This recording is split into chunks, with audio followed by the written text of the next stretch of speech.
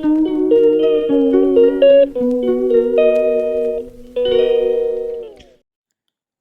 Namo Narayanaaya. Om Namo Bhagavate Vasudevaya.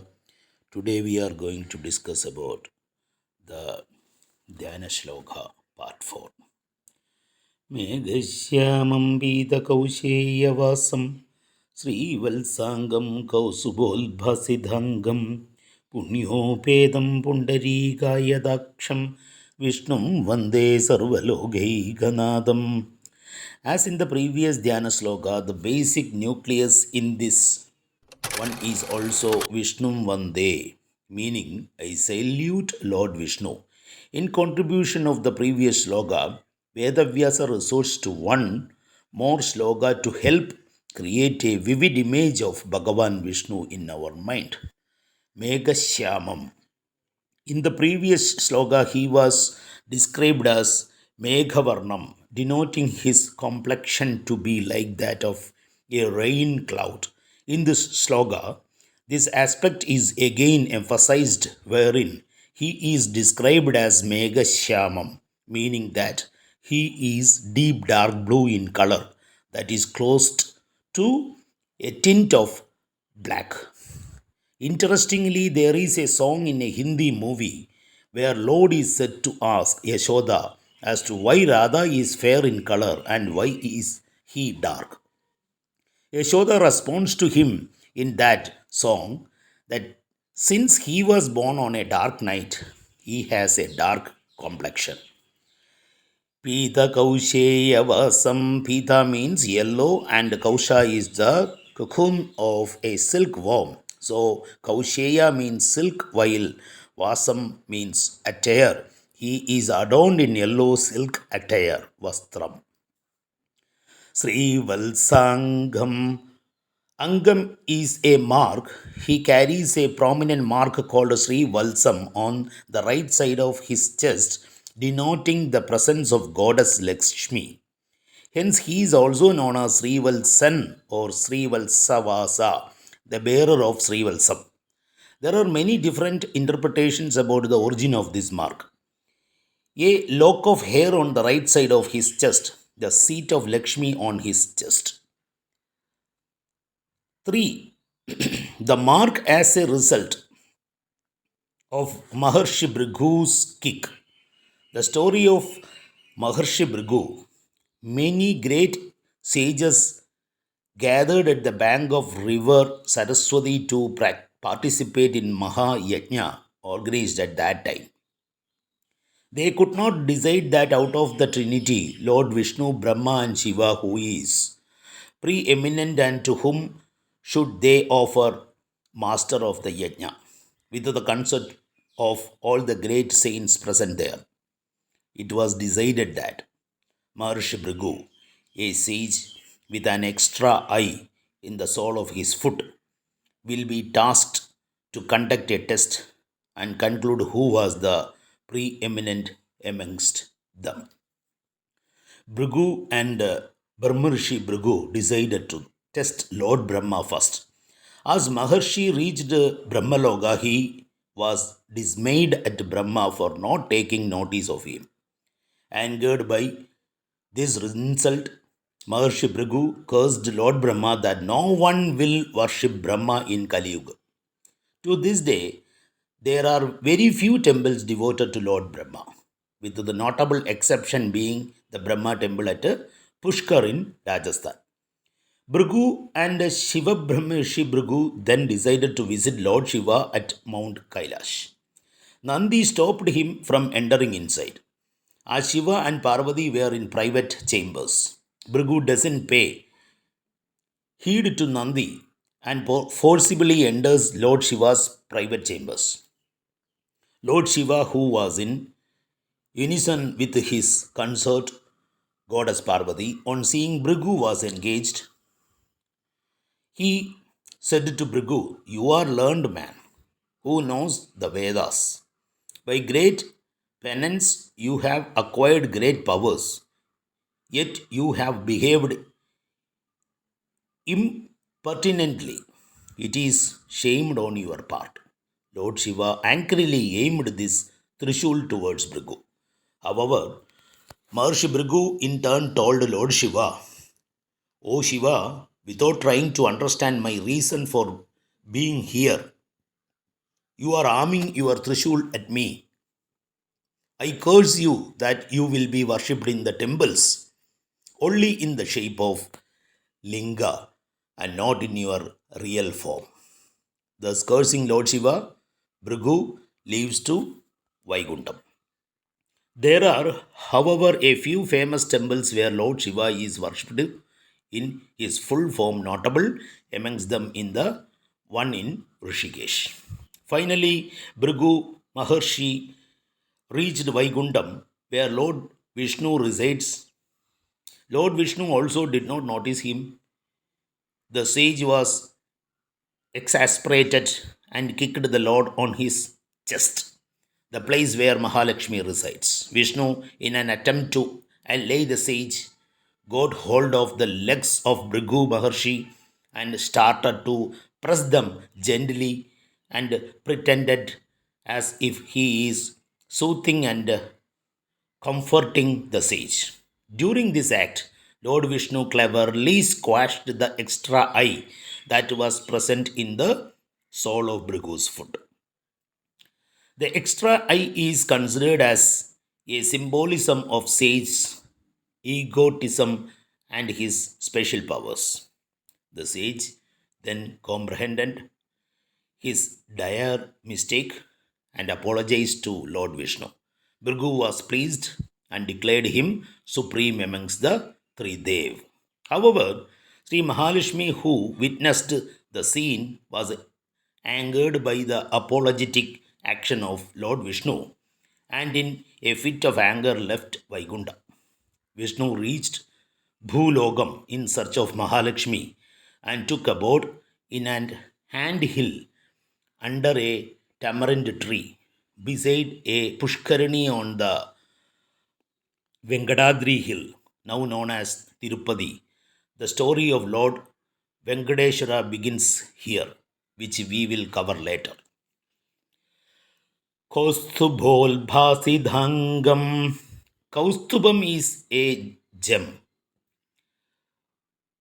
Upasita means adorned with, and anga is a part of the body, which in this is instance denotes the chest.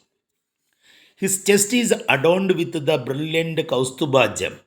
Kaustubam was fifth of the 13 treasures that emerged from the churning of the milky ocean by the Devas and the Asuras for obtaining nectar. Ever since it has adorned the Lord's chest and forms part of his iconography. It represents the brilliance of the sun and is symbolic of pure consciousness devoid of subjective qualities. Punyopetam. Punya refers to the blessed persons. Upetam means surrounded by. He is surrounded by persons who are blessed or who have earned punya by doing righteous deeds.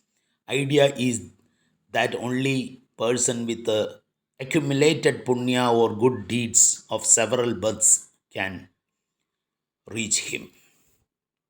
In the Bhagavad Gita, the chapter 7, 28th stanza, Lord Krishna says, Esham tvatagadam pabam jananam punya karmanam te devanda mohanurmukta bhajante mam dhrita vratha.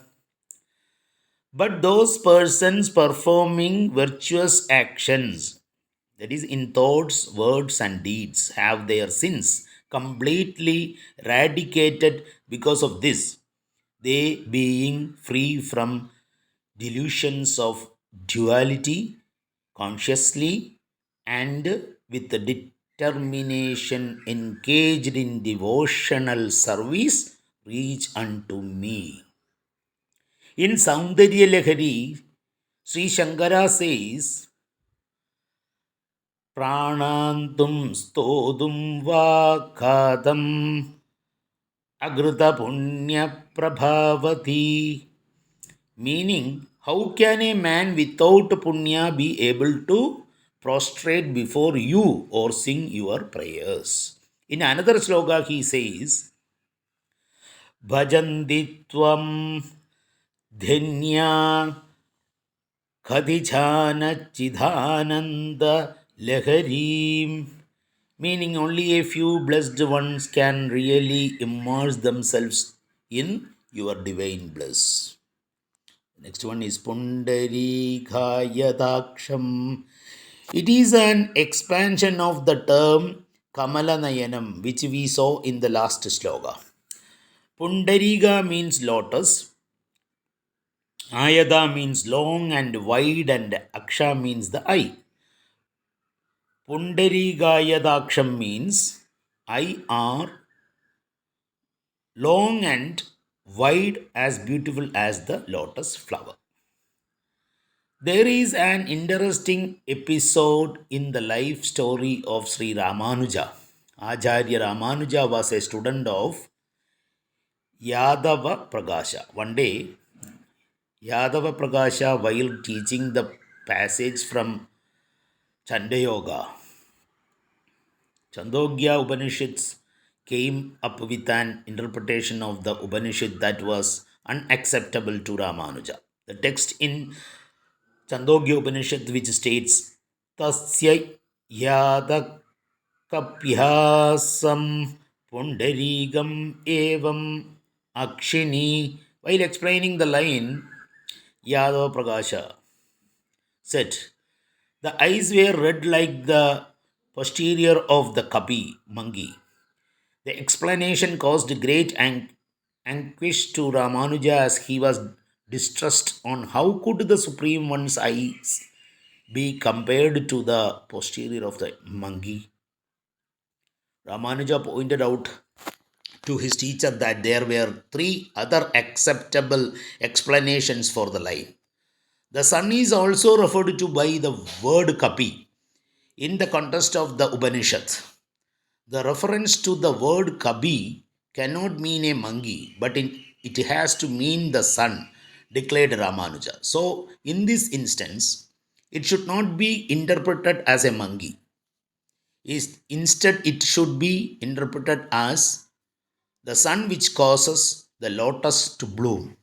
There is yet another meaning for the word kabi as stem of a lotus.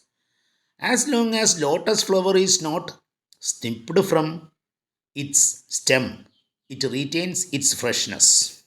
So, the line from the Upanishad could also mean that the Supreme One's eyes have the freshness of lotus flowers sitting on their stem.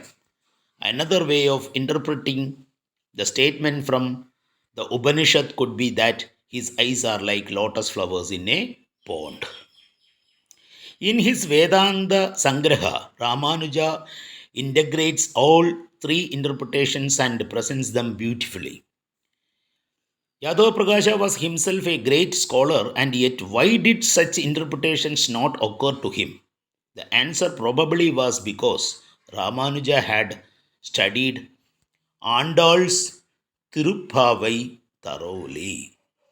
There is a verse in the Tirupavai, the 22nd Pasuram, Senganda Sirude Emmel Vazhiyavo. You should grace us with your divine glances, with your eyes that resemble a lotus bud now. And as the sun rises like the lotus bud slowly unfolds into full bloom, so shall you in a similar way open your eyes slowly and bless us all, thereby relieving us of all our sins and thus grant us eternal bliss. Ramanuja was perhaps inspired by this Pasuram from Tirupavai. Vande Vishnum, I salute Lord Vishnu. Sarvalokaiganadam. As we have already seen in the last sloka, Sarva means all, Loga means world, Ega means only, and Nada means leader or head. He is the one and the only head, all worlds meaning the Lord of the universe. To sum up, this is the full vivid picture. I salute the Supreme Lord Vishnu, who has the deep dark blue complexion of the rain clouds, who is adorned in an attractive yellow silk attire, who is adorned with the splendid Sri Vatsa mark on his chest, who is radiating the brilliance of the Kaustuba gem on his body, who is constantly attended upon by blessed people, whose eyes are long and wide and beautiful like the lotus flower, and who is the undisputed Lord of the universe. Hari Om Tassad. Om Namo Narayanaya. Govinda Nama Sankirtanam Govinda Govinda.